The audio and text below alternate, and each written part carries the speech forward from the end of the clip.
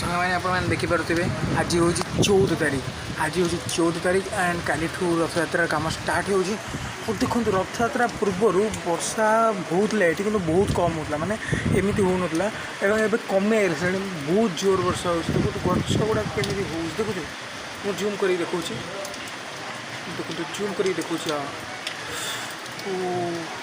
ବହୁତ ଜୋର ଏଠି ବର୍ଷା ହେଉଛି, ପାଣି ବି ଭରିଗଲାଣି। ଦେଖନ୍ତୁ ଏଠି ପୁରା ଶୁଖିଲା ଏରିଆ ଥିଲା, ବଟ୍ ଏବେ ପାଣି ପୁରା ଫିଲ୍ଅପ୍ ହେଇଯାଇଛି ଆଣ୍ଡ ଇଟ୍ସ ଡ୍ରାଷ୍ଟିକାଲ୍। ତ ଏଠି ଏଇଭଳିଆ ହିଁ ବର୍ଷା ହୁଏ। ଆଉ ଏଟା ତ କେବଳ ଆରମ୍ଭ, ଆଉ କାଲି ପହରଦିନ ଆଉ ଆଗକୁ ଆଠୁ ବି ଆହୁରି ଜୋର ବର୍ଷା ହେବାର ଚାନ୍ସ ଅଛି। ଏବେ ଆହୁରି ବର୍ଷା କମିଗଲାଣି। ତ ପାଗ ବହୁତ ଇନସେନ୍, ବଟ୍ ଏ ଇନସେନ୍ ପାଗରେ ମଧ୍ୟ ବହୁତ ହିଁ ବଢ଼ିଆ ଲାଗୁଛି। ଏ ଇନସେନ୍ ପାଗରେ ବି ବହୁତ ହିଁ ମଜା ଅଛି। ଆପଣମାନେ ଦେଖିବେ ଏଠି ବହୁତ ହିଁ କୋଲ୍ଡ ୱିଣ୍ଡ ହେଉଛି ଆଣ୍ଡ ଇଟ୍ସ ଜଷ୍ଟ ଅମେଜିଂ।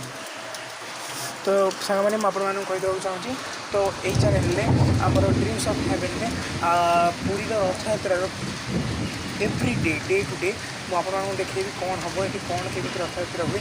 ତ ଆପଣମାନେ ମୋ ସହିତ ବନେଇ ରୁହନ୍ତୁ ଏହି ଚ୍ୟାନେଲରେ and keep supporting me. Bye bye.